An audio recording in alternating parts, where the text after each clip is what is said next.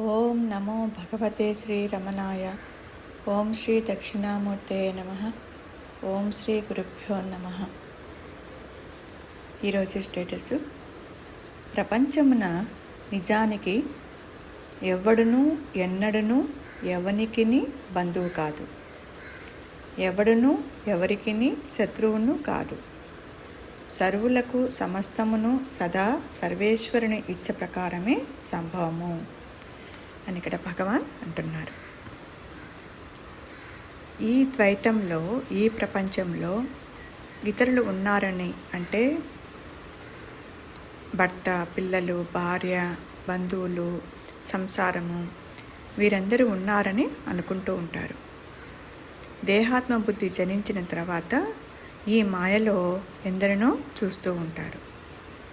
తమలాగే కొందరిని చూస్తూ వారితో భేదాలను గుర్తిస్తూ తనకి వారికి భాషలో భేదం ఉందని, వ్యవహారాలలో భేదం ఉన్నదని, సంప్రదాయాలలో భేదం ఉందని, మతాలలో భేదం ఉందని, కట్టుబాట్లలో భేదం ఉందని, ఆహార వ్యవహారాలలో భేదం ఉందని, మార్గంలో భేదం ఉందని, ఆచరణలో భేదం ఉందని, అనుసరణలో భేదం ఉందని, అలాగా ఒక్కొక్కరు ఇతరుల గురించి ఆలోచించటం సహజంగా జరుగుతుంది. దీనికి కారణం ఏంటి? దేహాత్మ బుద్ధి. అంటే నీవు దేహమని అనుకున్నంత కాలము అక్కడ ఇతరులు ఉన్నారని అక్కడ సత్యంగా మనకి గోచరం అవుతూ ఉంటుంది. మన జీవితానికి ఏవో సమస్యలు వస్తే మనకు శత్రువులు ఉన్నారని, అదే మంచి జరిగితే బంధువులు, స్నేహితులు ఉన్నారని అనుకుంటూ ఉంటాం. అసలు భగవాన్ దృష్టిలో వ్యక్తిగత ఆత్మలే లేవు. వ్యక్తి భావన వల్ల అలా తల్లిపెట్టుకోవడము వలననే కర్మలు చుట్టుకొని అక్కడ కొత్త జీవితానికి అక్కడ నాంది పలుకుతూ ఉంటుంది. ఈ శత్రువులు, బంధువులు పూర్వజన్మ సంస్కారముల వలననే వస్తాయి. ఇవన్నీ కూడా ఈశ్వరుడు యొక్క ఇచ్చ ప్రకారమే జరుగుతాయి. అంతేకాని మన చేతిలో అక్కడ ఏమీ లేవు. ఇవన్నీ మన చేతిలో ఉన్నాయని దుఃఖపడుతున్నాము, సంతోషపడుతున్నాము. ఇవన్నీ కూడా వ్యవహారిక సత్యాలు, పారమార్థిక సత్యము కాదు. ఇక్కడ మన యొక్క వ్యక్తిత్వ భావన తొలగించుకోవాలి. గతించిన వారి జ్ఞాపకాలు దుఃఖాన్ని తీసుకొని వస్తాయి. మంచి వాళ్ళని, చెడ్డ వాళ్ళని అనే చిన్నపాటి విషయాలను అక్కడ మనము వదిలేయాలి. ఇవన్నీ కూడా ఈశ్వరుడే నిర్ణయించారు. భగవంతుని పాదాల చెంత నేను అనే తలంపు చచ్చిపోతే అక్కడ లోకం గొడవ లేదు కదా, అక్కడ నాది లేదు, ఇక ప్రపంచం వైపు పరుగులు కూడా ఉండవు. అంతెందుకు, మనం నిద్రలో ఉన్నప్పుడు వీరందరూ ఉన్నారా? భార్య లేరు, భర్త లేరు, పిల్లలు లేరు, సంసారం లేదు, ప్రపంచం లేదు. ఎప్పుడైతే దేహాత్మ బుద్ధితో జాగ్రత్తావస్థకి వస్తామో అప్పుడు ప్రపంచం కనబడుతూ ఉంది. ఇదంతా కూడా కళ అని మనకు స్ఫురించదు. అది సత్యంగానే అక్కడ సాగిపోతూనే ఉంటుంది.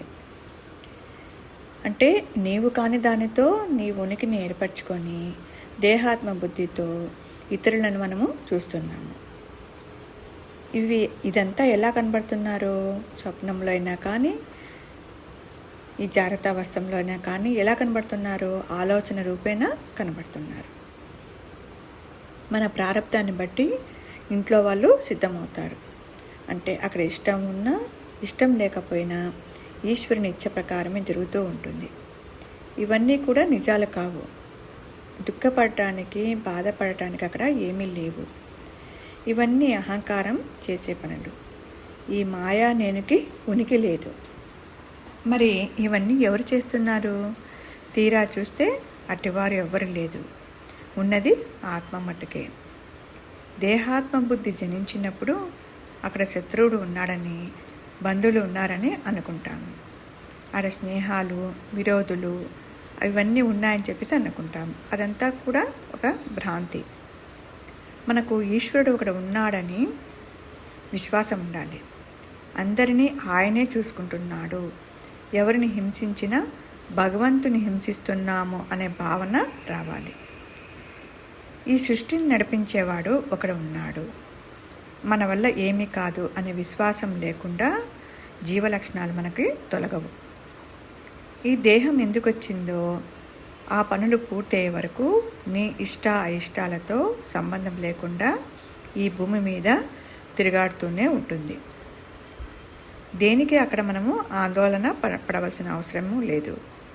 ఈ చనిపోవడాలు, పుట్టడాలు, స్వర్గము, నరకము, ధర్మాలని, అధర్మాలని ఇవన్నీ కూడా నేను అనే ఒక ఒంటి స్తంభం మీద ఆధారపడి మనము ఉన్నాము. నీ జీవితంలో జరిగే సంఘటనలు, ప్రపంచంలో జరిగే సంఘటనలు నిజం కాకపోయినా నిజం అనుకుంటున్నాము. కాబట్టి వాటి ప్రభావము నీపైన పడుతూ ఉంది. అలా అనుకోవడానికి కారణం ఏంటి? దేహాత్మ బుద్ధి. నీ సంకల్పము కాకుండా ఈశ్వరుని సంకల్పము గౌరవించడం నేర్చుకుంటే ఇది శరణాగతికి దారితీస్తుంది. మిమ్మల్ని ఎవరైనా అవమానిస్తే అది మీరు నిజమని అనుకున్నప్పుడు అక్కడ రియాక్షన్ వస్తుంది. ఆ విమర్శను తీసుకోకపోతే దేహాభిమానం అనేది తగ్గుతూ వస్తుంది, నిదానంగా రాలిపోతుంది. గురువు అనుగ్రహం లేకుండా విషయాల నుండి బయటపడలేము. మనస్సు శుద్ధి అవ్వకుండా ఉండటానికి ఈ నామరూపాలే అడ్డు వస్తున్నాయి. కాబట్టి గురువు అనుగ్రహం లేకుండా ఈ మాయ అనే అగ్నిలో నుండి మనము బయటికి రాలేము. ఓం శ్రీ గురుభ్యో నమః.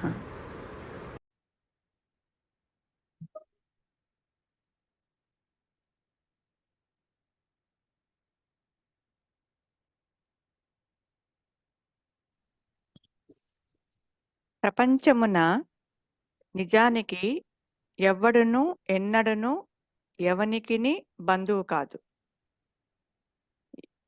ఎవ్వడును ఎవరికిని శత్రువును కాడు. సర్వులకు సమస్తమును సదా సర్వేశ్వరుని ఇచ్చ ప్రకారమే సంభవము.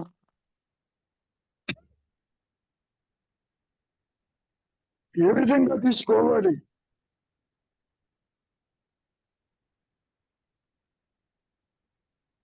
అంటే గురుగారు, ఇది అహంకారం తల ఎత్తినప్పుడు అక్కడ రాగద్వేషాలు, బంధువులు, శత్రువులు అని అక్కడ చూస్తున్నాడు. కానీ ఇక్కడ అహంస్ఫురణకు లో వచ్చినప్పుడు చెప్తున్నాడు అనమాట. అంటే ఎవరికి కాదమ్మా,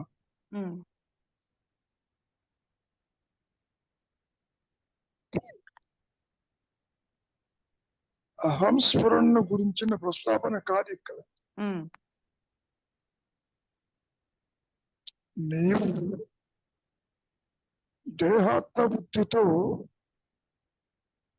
వీళ్ళు నాకు బంధువులు, వీళ్ళు మిత్రులు, వీళ్ళు శత్రువులు అని నీవు భావిస్తున్నావు కదా. బంధువులు ఉన్నారా లేదా నీకు? ఉన్నారు గురువు గారు. ఆ బంధువుల గురించి మాట్లాడుతున్నాడు. ఆత్మకు పక్కకు పెట్టమ్మా, ఆత్మ గురించి మాట్లాడలేరు ఎవరు కూడా. ప్రపంచం అంటే ఏమిటి? పంచేంద్రియములతోటి జగత్తును చూస్తున్నావు. అవును గురువు గారు. చూస్తూ నా తల్లిదండ్రులు, నా బంధువులు, నా మిత్రులు, నా శ్రేయస్సులు అంటూ నువ్వు భావిస్తున్నావా లేదా? అవును గురువు గారు, భావిస్తున్నాను. అటువంటిది ఏది లేదు అని చెబుతున్నారు ఇక్కడ. పాయింట్ అది. గురువు గారు, దీన్ని అర్థం చేసుకోవాలి అంటే సామాన్యంగా ఏమనుకుంటావు? వీళ్ళ వల్ల నేను అభివృద్ధి చెందాను, వాళ్ళ వల్ల ఇబ్బంది పడ్డాను, వీళ్ళు నాకు కష్టాలే ఇచ్చారు. ఈ విధంగా జగత్తులో కనపడేటటువంటి వారితోటి బంధుత్వాలు, శత్రుత్వాలు ఏర్పరచుకుంటున్నాడు జీవుడు. అవును గురుగారు. కనుక అటువంటిది ఏది లేదు అని చెబుతున్నారు ఇక్కడ. ఇక్కడ మిత్రులు లేరు, శత్రువులు లేరు. లేరు, శత్రువులు లేరు. మరి ఎవరు లేకపోతే ఉమ్, నువ్వు ఎందుకు బాధపడుతున్నావు? దానికి కారణం చెబుతున్నాడు. ఉమ్. తర్వాత అదే సర్వులకు సమస్తమును సదా సర్వేశ్వరుని ఇచ్చ ప్రకారమే సంభవము. అంటే ఏమిటి? నీకు ఏది జరగాలో ఏది జరగకూడదో ఎవరో నీకు చేస్తున్నారని అనుకోబాకు. ఉమ్, ఆ ఉच्चతర శక్తి ఉమ్. నిన్ను నడిపిస్తుంది. నువ్వు అనుకునే వీళ్ళెవరు కాదు అని చెప్ప. ఆ గురువు గారు. ఉమ్, ఏమ్మా? ఆ గురువు గారు. అంటే నేను తెచ్చుకున్న కర్మలే నేను అనుభవిస్తున్నాను. నువ్వు కర్మ సంగతి పక్కకి పెడదాం, కర్మ ఉమ్, గురించి అంటాం లేదు. ఉమ్, నీవు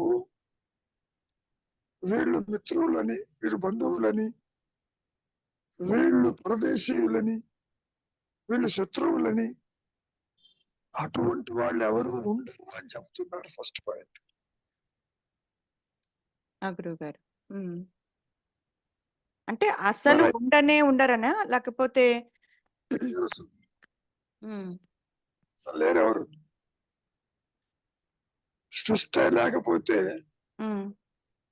బంధువులు ఎక్కడ, జీవులు ఎక్కడ, ఇతరులు ఎక్కడ? ఆ గురువు గారు. కానీ అంత మంచితో చూస్తున్నావు. ఉమ్, కొందరు చూసి నా తల్లి వైపు వాళ్ళు, తండ్రి వైపు వాళ్ళు, ఉమ్, బంధు అంటూ నువ్వు నిర్ణయిస్తున్నావే, ఉమ్. అటువంటిదంటూ ఏది లేదు. ఎవరికి ఏమీ కారు పొమ్మన్నాడు. ఉమ్. అదంత తేలిగ్గా మింగుడు పడుతుంది. అవును గురువు గారు. ఉమ్. ఎందుకంటే ఇప్పుడు ఎదురుగా చూస్తూ శత్రువుడు లేడు, బంధువులు లేరు, పిల్లలు లేరు, ఎవరు లేరు అని అంటే అది మింగుపడడానికి కష్టం అవుతుంది. అది ఎంత కష్టం అవుతుంది? అంటే నీవు దేహంతో బుద్ధితో చూస్తున్నావు. చూస్తున్నాను కాబట్టి దేహాత్మ బుద్ధితో. పైగా నీ మంచికి చెడుకి ఇంకోటి కారణం అంటావు. ఉమ్, ఉమ్. ఇప్పుడు సంసారంలో కూడా అవును గురువు గారు. గారు రాజు రంపాన పెట్టిందనో, ఉమ్, కోడలు మాట పెట్టలేదనో, ఉమ్, ఇటువంటి మాటలు మనకు వినపడుతూ ఉంటాయి. ఉమ్, ఉమ్, అటువంటి మిత్రులు, శత్రువులు ఎవరు లేరు. ఉమ్. నువ్వు ఏది అనుభవించాలో ఈశ్వరుడు ఆజ్ఞ ప్రకారం జరుగుతుంది. ఉమ్. వీళ్ళు ఎవరు కాళ్ళు పొమ్మటం అట్లా. ఆ గురువు గారు. అంటే మాయ ఇప్పుడు అంతకు అనుభవించాలన్నా కూడా ఎదురుగా వాళ్ళు ఉండబట్టే కదా ఇప్పుడు నేను అది దుఃఖమని సుఖమని తెలుసుకునేది. అది వారెవరు లేరని చెబుతున్నాడు. ఉన్నారని నువ్వు అనుకుంటున్నావు. ఆ గురువు గారు. వీళ్ళ వల్ల నాకు ఇబ్బంది అనుకుంటున్నావు. ఉమ్, వీళ్ళ వల్ల నాకు సుఖం అనుకుంటున్నావు. ఉమ్, వీరు శ్రేయోభిలాషులు అనుకుంటున్నావు. ఉమ్, వంటిది ఏది లేదు. ఉమ్, ఇది ఒక కల్పన, ఉమ్. కల్పితము బై ది హయ్యర్ పవర్. ఆ గురువు గారు.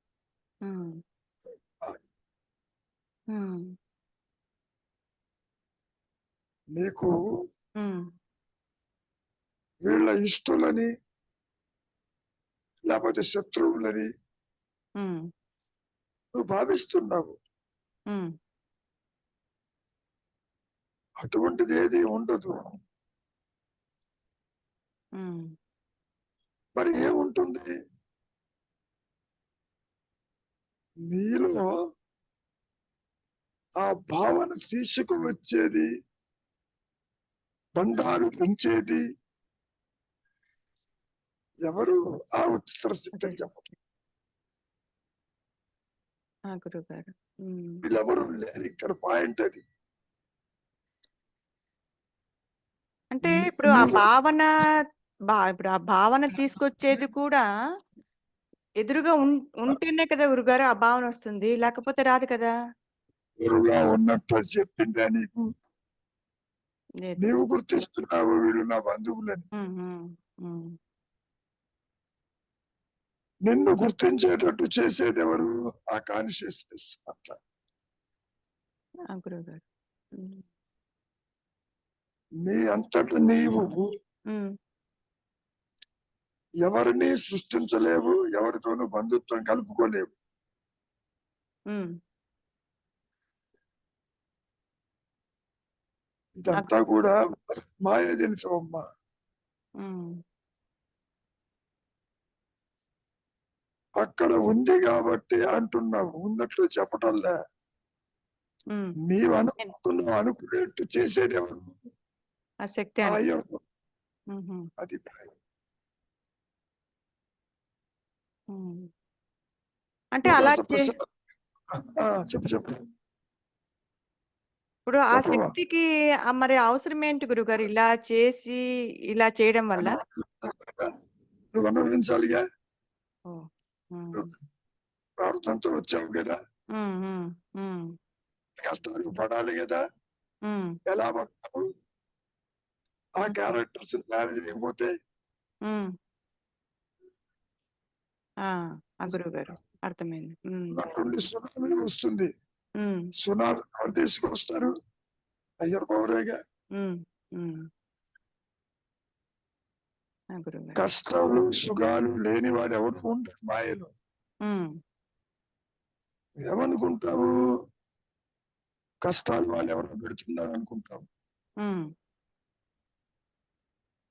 నీకు మిత్రులు లేరు, శత్రువులు లేరు. నిన్నిలా బాధపడేటట్టు చేసేది ఆ హయ్యర్ పవర్ నీ ప్రోగ్రామ్‌ని బట్టి అని అదే అది ఎలా చేయిస్తుంది గురువుగారు? ఎలాగా అంటే నాకది క్లియర్‌గా ఇంకా అర్థం కాలే. ఇప్పుడు ఎలా అంటే అన్నావు గదా! నీకు ఆలోచనొచ్చిందా? అవును. అలా వచ్చింది. ఆలోచనొచ్చిందంటే బంధుత్వాలు కలుపుతున్నావుగా. అవును గురువుగారు. అవును. ఆ బంధుత్వాలు కలపడానికి కారణం ఎవరు? Higher power. యెస్. అవును. హ్మ్. హ్మ్. ఈరోజు బంధుత్వం కలిపావు. ఆ బంధువుల వల్లనే నీకు ఇబ్బంది ఏర్పడింది. హ్మ్. డిసిప్లిన్. హ్మ్. హ్మ్. కాబట్టి వాళ్ళెవరో నీకు శత్రువులు, మిత్రులు అనుకుంటున్నావు. హ్మ్. ఇదంతా ఒక కల లాంటిది. దీన్ని నడిపేది ఆ ఉच्चతర శక్తి. అది నడిపిస్తుంది. ఆ! గురువు. హ్మ్. దాన్ని మానసిక దృష్టితో చూస్తే నీకేం అర్థం కాదు. హ్మ్. అవును గురువుగారు. హ్మ్. అసలు అర్థం కాదమ్మా. అవును. అవును. హ్మ్. తెలియదు కూడా. హ్మ్.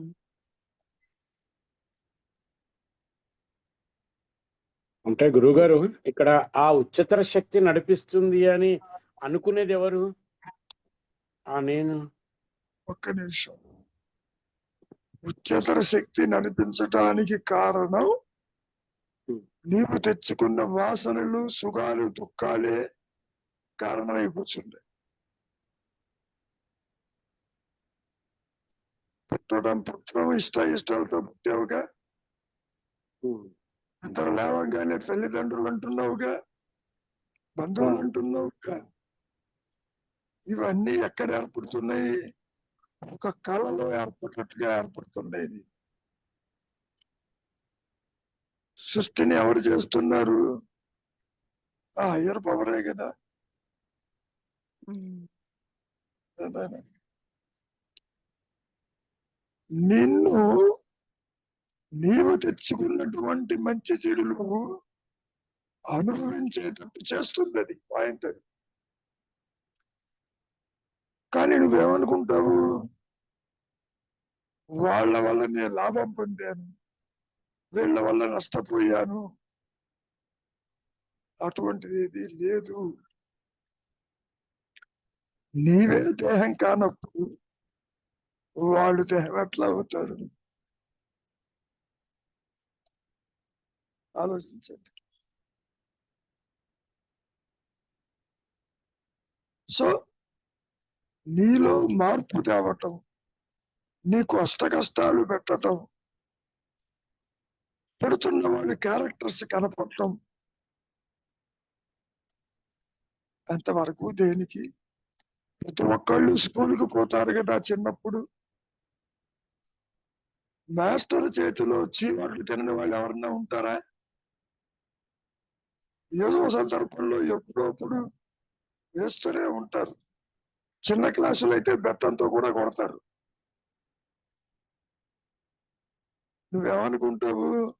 గురువు నన్ను దండిస్తున్నాడు అనుకుంటావు. ఆ ప్రోగ్రాం ఎవరు అరేంజ్ చేస్తున్నాడు? నిన్ను పైకి తీసుకురావటానికి హయ్యర్ పవర్ అరేంజ్ చేస్తుంది. కొంతకాలం తర్వాత గురువును మర్చిపోతాము, ఆ దెబ్బలు మర్చిపోతాము.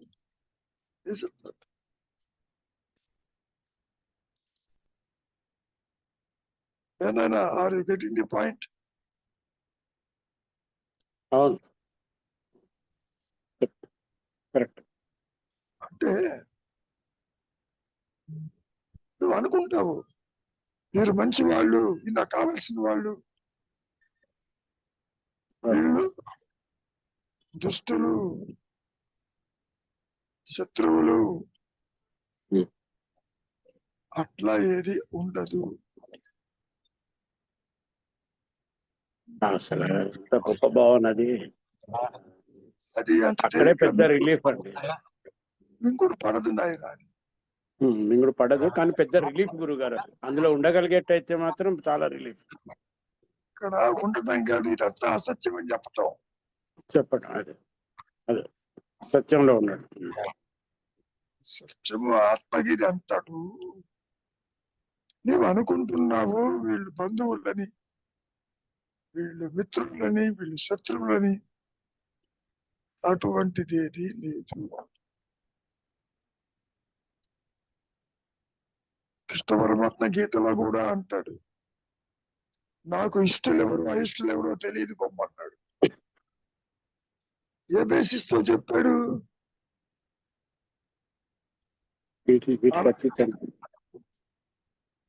అదే విధంగా రమణ మహర్షిని అడిగినప్పుడు, ఆ పిల్లవాడిని ఎలా చూస్తామంటే అందరిలాగా అన్నాడే తప్ప నో స్పెషల్ ట్రీట్మెంట్. వీడు కావాల్సిన వాడు, వీడు కానివాడు.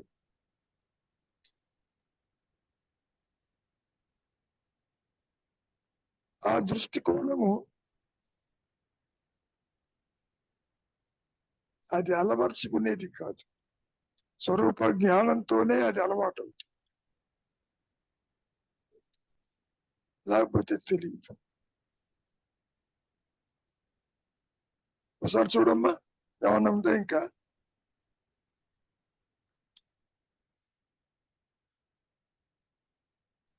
ప్రపంచమున నిజానికి ఎవ్వడును ఎన్నడను ఎవనికిని బంధువు కాదు, ఎవ్వడును ఎవరికిని శత్రువును కాడు. సర్వులకు సమస్తమును సదా సర్వేశ్వరుని ఇచ్చ ప్రకారమే సంభవము.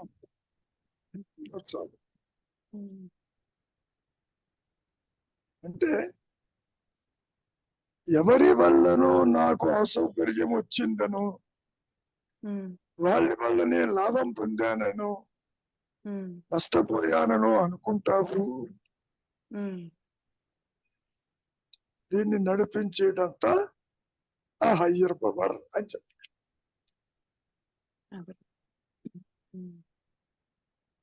ఏనాయనా రవి? గురుగారు, ఏ విధంగా చూడాలి శత్రువుల్ని మిత్రుల్ని? అంటే అదే ఈ ప్రపంచాన్ని కల్పించేది ఈ మనస్సే కదా గురుగారు. ఈ మనస్సు కల్పిస్తేనే ఆ భావన, శత్రువైనా మిత్రు భావన అనేది అది ఆ ఆ రూపం ధరిస్తుంది. అంటే ద్వేషభావం అని, లేకపోతే మిత్రభావం అని, లేకపోతే ఇష్టమని అయిష్టమని, ఇవన్నీ ఆ భావనతోనే ఆ రూపాన్ని ధరిస్తూ ఉంటుంది కదా గురుగారు. ధరిస్తుంది కాబట్టి మహర్షి సూచిస్తున్నారు ఇక్కడ, నీకెవరు బంధువులు లేరు, ఉమ్, శత్రువులు లేరు. నీకు ఈ భావనకి కారణం హయ్యర్ పవర్ క్రియేట్స్ అట్లా. అవును గురువు గారు. అది ఒక చోట చెప్తారా, నీలో ఆలోచనలు ఉద్భవించడానికి కారణము లోపల ఉన్న అనుగ్రహం అంటారు. అంతే కదా. ఉమ్, కాసేపు నిద్రపోతే ఏమైంది? ఇదంతా ఉమ్, పోయిందిగా. అవును గురువు గారు.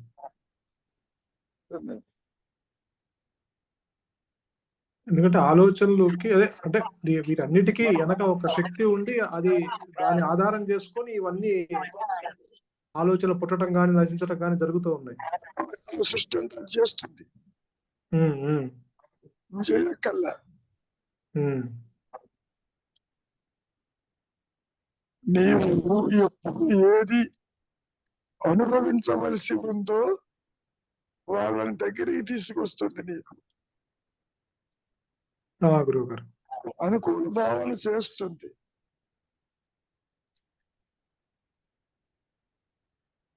ఆ విధంగా మాయ మొత్తాన్ని నడిపిస్తుంది. పైగా నిన్నే కాదు, ఉమ్, సృష్టి యావత్.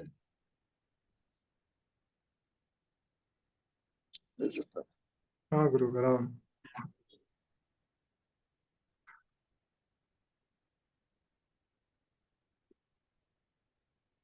అసలు ఇది నడిపిస్తున్నదా లేదా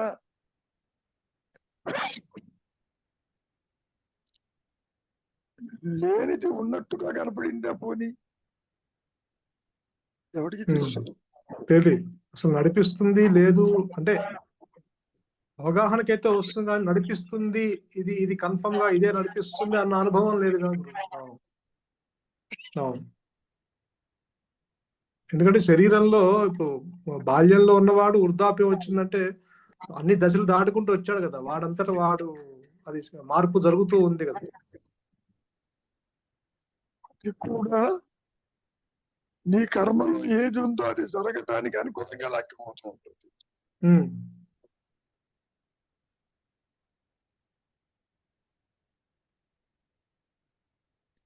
రమణ మహర్షి ఇంటి నుంచి బయలుదేరాడు, గురువు గారు. ఏదో రాంగ్ ట్రైన్ ఎక్కాడు. ఎక్కడికో పోవచ్చుగా. అవును. మధ్యలో ఒకడు పిలకరిచ్చాడు ఎక్కడికి పోవాలని. ఇది పోదు దిగిపోమన్నాడు.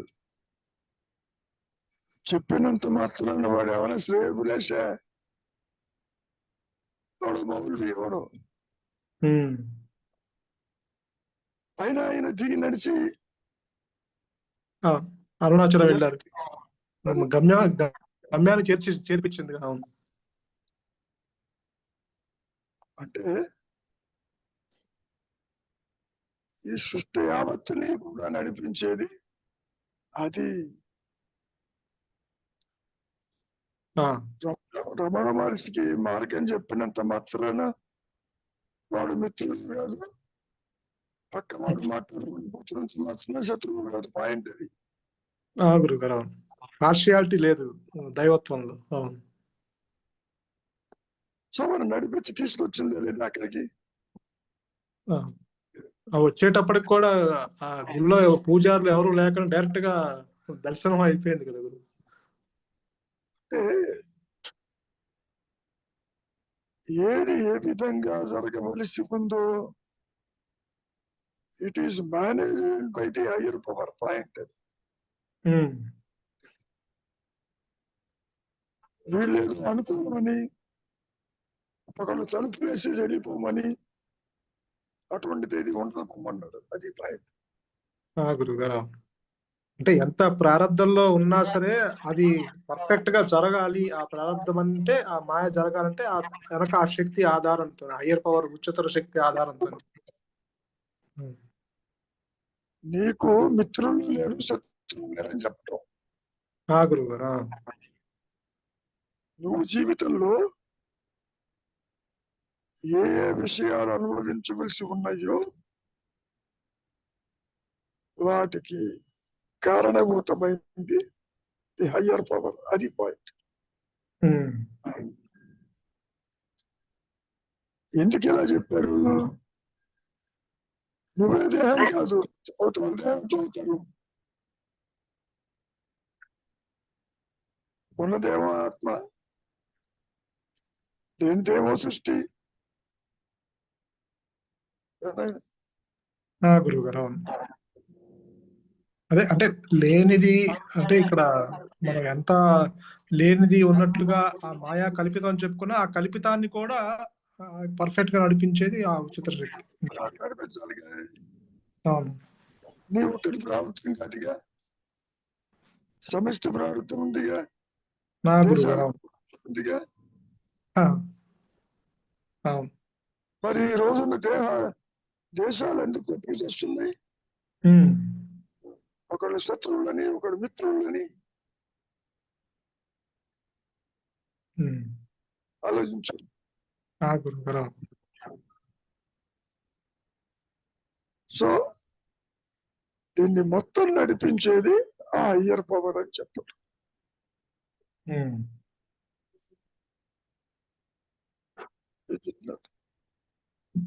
అంటే అది నడిపిస్తుంది, ఇక్కడ ఎవరు ఎవరికి ఏమీ కారు.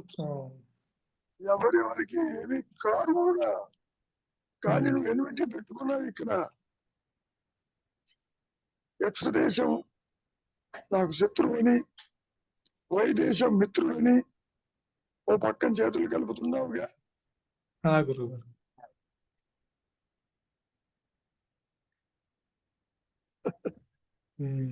ఈ అంటే దేశం దాకా కాకపోయినా మనుషుల్లోనే అయిన వాళ్ళని కాని వాళ్ళని ఇట్లా సపరేట్ చేసేసాం గురువు గారు. దేశము మనుషులు రెండు ఒకటి. అది సమిష్టి, ఇది ఇండివిజువల్ గా.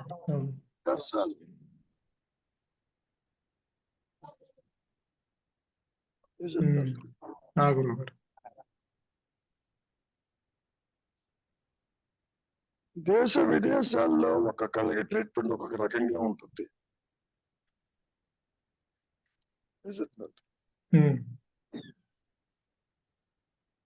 అందరికీ ఒకలాగే ఉండదుగా. అవును. అంటే ఇక్కడ ఇది ఎట్లా తీసుకోవాలంటారంటే, ఇక్కడ వీడికే ఉనికి లేదు కాబట్టి వీడికి మళ్ళీ వీడిని నడిపించేది అది శక్తి కాబట్టి అది కాబట్టి నీకే లేని వాడివి నీకు మళ్ళీ శత్రువులేంటి మిత్రువులేంటి అని. ఒక విషయం బాగా గుర్తుపెట్టుకో, ఎవరికి హాని చెయ్యలేరు, ఎవరికి మంచి చెయ్యలేరు. ఏది జరగవలసి ఉందో అది వారి చేత నడిపిస్తుంది దయచేసినట్లుగా. గురుగారు నువ్వేమనుకుంటావు? బలాన్ని దేశస్తులు నాకు హాని కలిగింది, I want to take revenge అంటావా లేదా? అవును గురుగారు అన్నావుగా. ఇప్పుడు కార్యక్రమం జరుగుతుందిగా. అవును. ఆ ఉచ్చతర శక్తి ఆజ్ఞ లేకుండా ఏమన్నా జరుగుతుందా అసలు?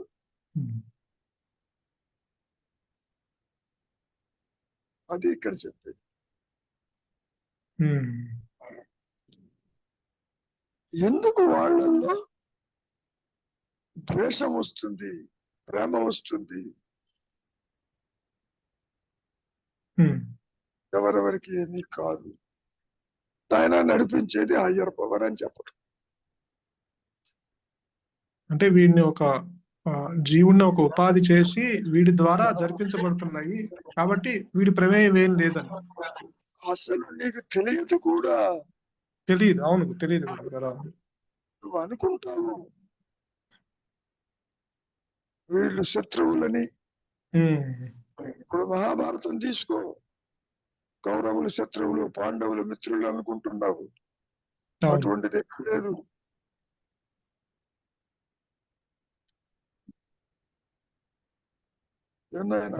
అర్థమైంది. అంటే వీడి భావన ఇదంతా, నిజానికి అసలు అటువంటిది ఏమీ లేదు. అంటే అదే ఆ శక్తి నడిపిస్తున్న అవగాహన, ఇది అనుభవం కూడా వీడికి ఉండదుగా. నిన్ను కష్టాలు పెట్టేటట్టు చేస్తుంది ఆ క్యారెక్టర్స్ తోటి. నీ చేత జోగం ఆడిస్తుంది, ఓడిపోయేటట్టు చేస్తుంది, అడవులు పాలు చేస్తుంది. గురువు గారు అవును. మహాభారతం అవును. is an example, is it not? అవును. రాముడికి కూడా మరి 14 సంవత్సరాలు వనవాసం తప్పలేదు. కాబట్టి ఈ మాయలోకి ఎవరు వచ్చినప్పటికీ higher power is everything for them. అది రాజుకైనా అంతే, పేదవాడికైనా అంతే, రాముడికైనా కృష్ణుడికైనా అందరికీ ఒకటే. సృష్టి యావత్తు no exception.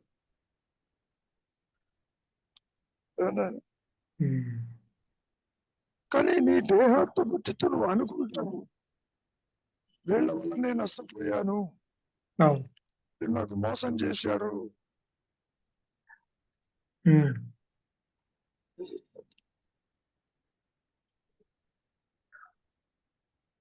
Mahabharatam is the example of the such a reality. గురువు గారు వీళ్ళందరినీ లక్క ఉన్న ఇంట్లో పెడతారు, అవును. మొత్తం వేసి పారేద్దామని. తప్ప డిఫరెంట్. మరి బయట కొట్టారా లేదా? అవునవును. తగలబడిపోయినా తప్పించుకున్నారుగా. అవును. లంకయ్య ఎవరు తప్పించారు? శత్రువులు తప్పించారా, మిత్రులు తప్పించారా? అదే గురు. కాబట్టి సృష్టి యావత్తు కూడా ఘటనలు, సంఘటనలు ఏ విధంగా జరగవలసి ఉన్నది హయ్యర్ పవర్ చూసుకుంటుంది. నువ్వు అనుకుంటావు this country is my friend, this country is my enemy అని. That is wrong. ఇది మింగుడు పట్టడం కష్టం. గురువు గారు అవును.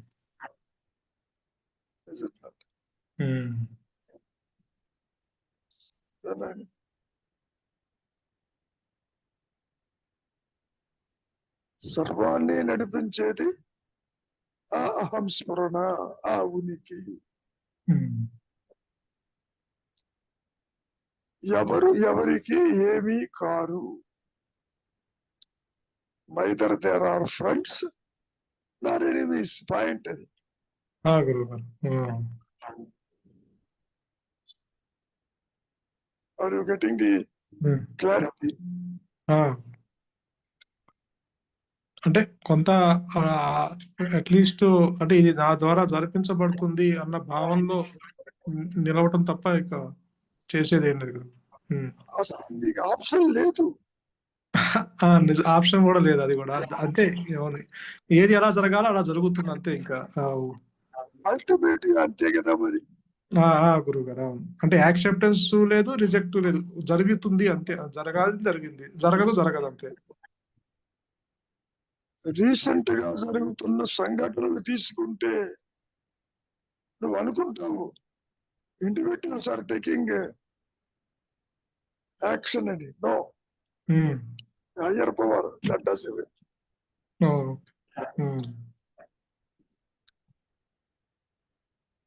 Is it not? గురువు గారు అంటే ఇక్కడ డస్ ఎవ్రీథింగ్ అంటే అదేమి కర్తృత్వం తీసుకొని చెయ్యదు కదా. అంటే దాని ఆధారంగా నడపబడుతుంది అనే అర్థం. అది కర్తృత్వం తీసుకుంటుందో లేదో కూడా నీకు తెలియదు. అది కూడా తెలియదు గురువు గారు. కరెక్టే. అవునవును. అసలు అటు పక్క ఏం జరుగుతుందో కూడా తెలియదు.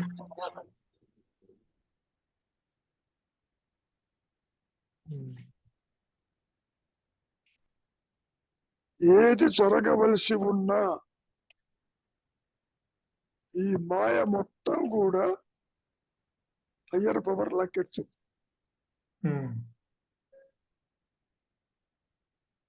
నిన్ను బాధ పెట్టేటట్టు చేస్తుంది శత్రువులను సృష్టించి,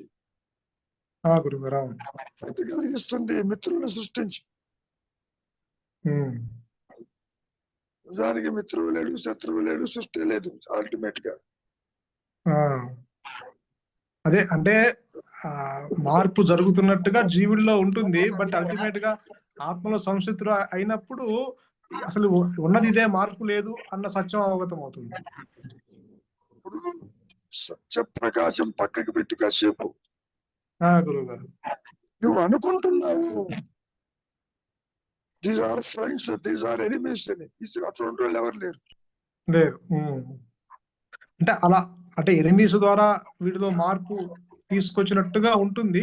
మళ్ళీ అలాంటిది ఏమీ లేదన్నట్టుగా నా గురుగారు, అంతేగా? అసలు సృష్టి లేదంటుంటే ఒక పక్కన where is the question of others. అవును, ఎనిమీస్ ఆర్ మిత్రులు ఎవరు, శత్రువులు ఎవరు? అవును. అది నిజంగా ఈ రోజు క్లాస్ లో చాలా బిగ్ రిలీఫ్ ఉంది గురుగారు. ఈ అంటే రోజు ఇంత తేలికగా పెద్దగా హైలీ మోటివేటెడ్ క్లాస్ లాగా ఉంది ఈ రోజుది. ఎందుకంటే అసలు లేదు, శత్రువులు లేరు, మిత్రులు లేరు, ఈ అసలు యావత్తు జరుగుతున్నది నీ బంధువులు అనేది ఆ స్థితి హైలీ మోటివేటెడ్ ఉంది. ఎంత బిగ్ రిలీఫ్ ఉంది అందులో చూసుకుంటే కనుక, దాన్ని నమ్మితే ఇవన్నీ తగిలించుకొని పెద్ద భారం వస్తున్నాం. ఏమి నమ్మకాలే మౌనంగా ఉంటే చాలు. అంత అదే అదే సాగిపోతుంది. సాగిపోతుంది. అవును, తేలికగా పోతుంది. దాని గురించి వర్రీ కాక్కర్లేదు. అవును. తలకెత్తుతారనో వీళ్ళు ఏదో మన మోసం చేస్తారనో అనుకోవచ్చు. శకునిలో కూడా మోసపూరితం ఎవరు అనుకుంటున్నావు? ఎవరు చెప్పినట్టు ఒక్కసారి ఆయన విభూతుల్ని చూడండి.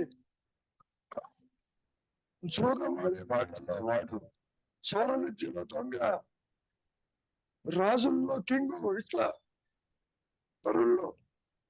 అవును గురుగారు, అవును. మరి ఈ క్యారెక్టర్స్ అంతా ఉన్నాయి అక్కడ.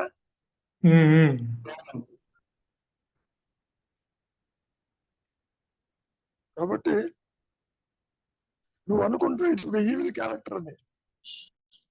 ఈవిల్ క్యారెక్టర్స్ అంటే ఏమి ఉండవు, అట్లా నడిపిస్తూ ఉంటుంది.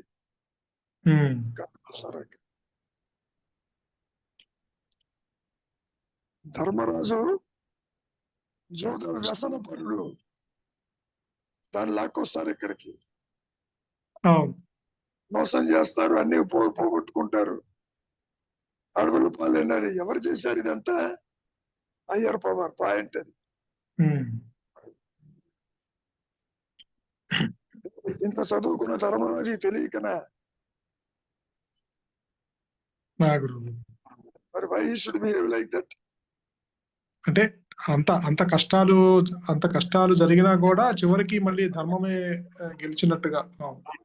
అదంతా ఎవరు నిలిపిస్తున్నారు? అయ్యర్ పవర్ పాయింట్ అది. అది ఇంకో రహస్యం తెలుసా? మొట్టమొదటి స్వర్గారోపణలో దుర్యోధనులు వాళ్ళు ఉన్నారు, అక్కడ వీళ్ళు లేరు. పాండవులు, అది గుర్తుపెట్టుకో. వీళ్ళు ముందే వెళ్ళిపోయారు. మరి అంత పరమ దుర్మార్గం వాటికి ముందు ఫస్ట్ ప్లేస్ వచ్చింది అక్కడ. తర్వాత వీళ్ళకి వచ్చింది. ఎందుకో తెలుసా? అశ్వత్థామ అధకుంజర అని రాంగ్ నోషన్ ఇచ్చాడు ధర్మరాజు. అందుకని అక్కడ వెనకబడ్డాడు. అవును, అనే ఎగ్జాంపుల్ చెప్తున్నా నీకు గురుగారు. అవును. పరమ దుర్మార్గులు, మోసం చేసిన వాళ్ళు టాప్ లెవెల్ లో వెళ్ళిపోయారు ముందు.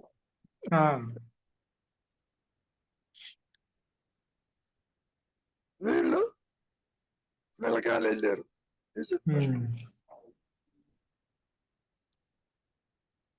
కాబట్టి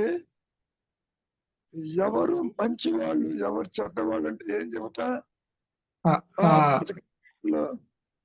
అవును, దీన్ని బట్టి చూస్తే అవును గురుగారు. అంటే ఎవరిని ఎక్కడ రియల్ అడ్మినిస్ట్రేషన్ ఎవరిని ఎక్కడ ఉంచాలి, ఎవరిని ఎక్కడ చేయాలనేది అది చూస్తుంది కదా.